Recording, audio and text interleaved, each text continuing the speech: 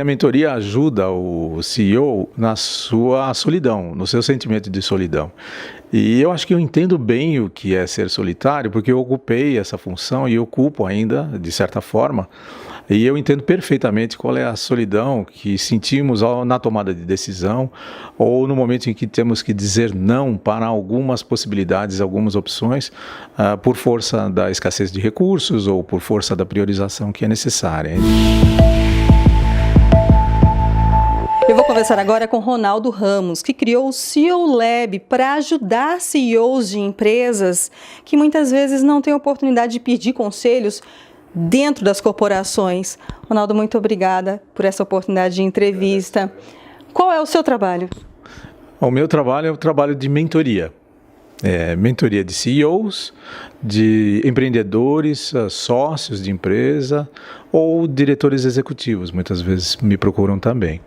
A mentoria, se a gente pudesse sintetizar em uma única expressão, é um processo de aceleração do aprendizado do indivíduo frente às dificuldades e aos desafios que se apresentam para ele num determinado momento. Eu acho que essa é a maneira mais simples de definir mentoria. Se a gente quiser adicionar alguns elementos, a mentoria é um exercício de empatia, de investigação profunda, de formulação de problemas e de acompanhamento na jornada de desenvolvimento do executivo, da executiva em particular. Acho que essa é a maneira mais simples da gente definir o que o CEO Lab faz. Quais são os principais problemas que eles te trazem, buscando uma solução, um conselho? Os problemas mais comuns são os problemas de natureza operacional. Eles estão em determinados momentos, percebem que houve uma mudança ou no contexto de mercado ou na atividade da empresa, ou mesmo eles percebem dificuldades culturais que eles precisam enfrentar por elas percebidamente estarem dificultando o caminho deles no desenvolvimento. Existem, claro, questões pessoais que também têm que ser consideradas e muitas vezes também questões de aumentar o seu repertório de possibilidades e de reflexão sobre a estratégia e sobre o comportamento que eles preferem em determinados momentos. O atendimento é sempre individual? Não, o atendimento preferencialmente é individual, mas nós temos experiências de trabalhar com todos os sócios de uma mesma empresa em sessões conjuntas, que fica muito interessante também porque o mentor consegue perceber a dinâmica entre os sócios e suas preferências naturais e identificar complementaridades e pontos fortes que aquele grupo como um todo tem. Então, quando trabalhamos com mais de uma pessoa, a ideia é que a soma seja maior do que a soma algébrica do número de participantes. E, em geral, você vai até o escritório ou ele vem ao seu e fica mais à vontade para falar de seus problemas? A minha preferência é que ele venha até o meu escritório, porque o escritório foi desenhado de forma a recebê-lo e acolhê-lo da melhor maneira possível. Quando eu me desloco até o ambiente de trabalho do mentorado ou da mentorada, eu fico mais exposto à aura de poder que aquela pessoa exerce naquele ambiente. E também ficamos mais vulneráveis a interrupções, porque não necessariamente as pessoas que trabalham próximo do mentorado ou da mentorada, tem a percepção de que aquele é um trabalho íntimo, que é um trabalho que exige concentração absoluta e que naquele momento precisa ser priorizado. Então eu tenho preferência de que o mentorado venha até mim, porque este ambiente aqui foi desenhado para acolher a pessoa, né? A gente percebe isso, a decoração, a disposição dos móveis, tudo para não intimidar, para a pessoa se sentir realmente acolhida, à vontade, né? Exatamente. Se você pode observar aqui, a gente não tem mesa, não existem obstáculos que possam ser interpostos entre as pessoas, entre o mentor e o mentorado ou os mentorados.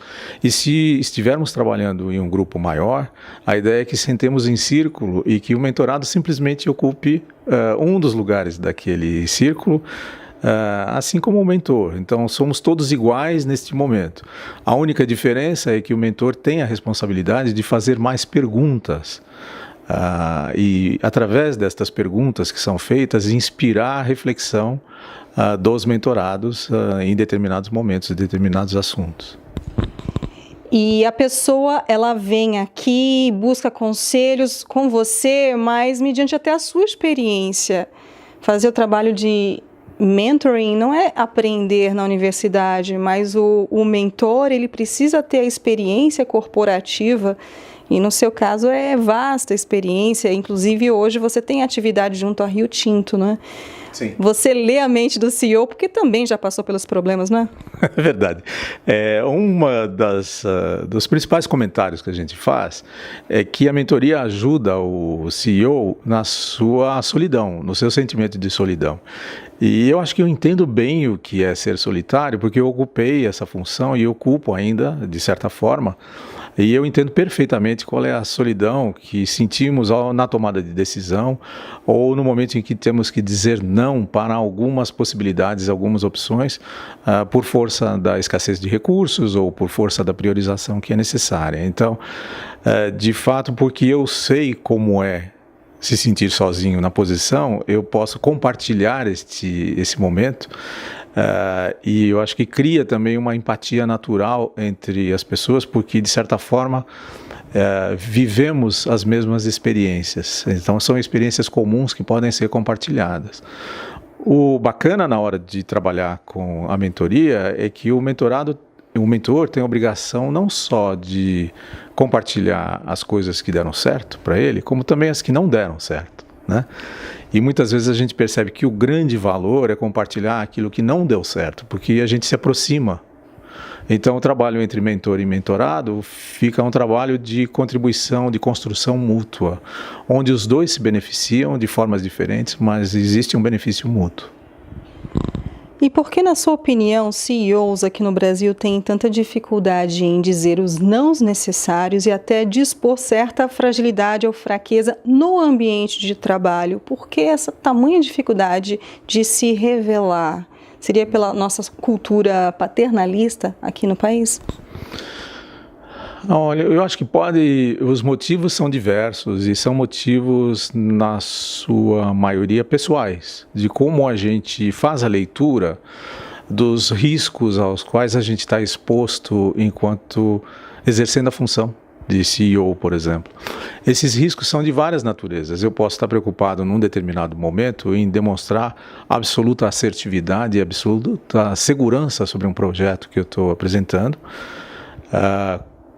porque o meu conselho ou os meus superiores simplesmente privilegiam este tipo de comportamento. Em outros ambientes, onde cultivar os erros ou cultivar as vulnerabilidades é aceito do ponto de vista cultural, então esses CEOs têm mais facilidade de fazer esse processo. A minha experiência pessoal mostra que as mulheres normalmente têm mais facilidade em expor suas vulnerabilidades do que os homens. Não tenho resultados estatísticos ou um estudo profundo, mas a minha experiência pessoal mostra que os homens têm mais dificuldade de estar em contato com suas emoções e, portanto, revelá-las a outros do que as mulheres nas suas funções. E esse momento de crise, ele aumentou a procura pelo mentoring? Quais são os desafios atualmente trazidos pelos mentorados? É isso? É esse o termo? Olha, só procura mentoria quem tem sucesso. Curiosamente. Eu jamais recebi um mentorado ou uma empresa que estivesse preocupada com a sua saúde financeira imediata, que estivesse sofrendo uma crise conjuntural extrema ou que estivesse próxima de um processo de concordata ou falência. As pessoas que procuram a mentoria são pessoas de sucesso que querem, de certa forma, se garantir de que continuam trilhando a jornada de sucesso. E em determinados momentos elas percebem que o seu repertório pode estar se exaurindo. Então elas vão em busca de novos repertórios, de novas ideias, de novas reflexões, de novas alternativas. Então, para os clientes de mentoria, acho que a crise é um assunto bem resolvido, na sua grande parte. Seria mais a crise interna na quebra de paradigmas, é isso? Quebrar paradigmas é uma das dificuldades que os CEOs em geral trazem para o ambiente de mentoria. A crise interna normalmente é provocada pela percepção de que o que vinha sendo feito até aquele momento e que dava muito certo, que trazia sucesso, passa a não produzir os resultados esperados. Então existe o que eu chamo de ponto de inflexão. O indivíduo, ou a empresa, ou a organização percebem que estão num ponto de inflexão porque subjetivamente eles sentem que a natureza do problema que eles enfrentam mudou de qualidade ou de especificidade. Então, eles procuram alternativas e repertórios fora daquilo que eles sempre fizeram. Acho que a ideia de todos que procuram mentoria, eu estou procurando algo diferente, mas eu não sei bem o que é. E o trabalho do mentor é descobrir o que é, né?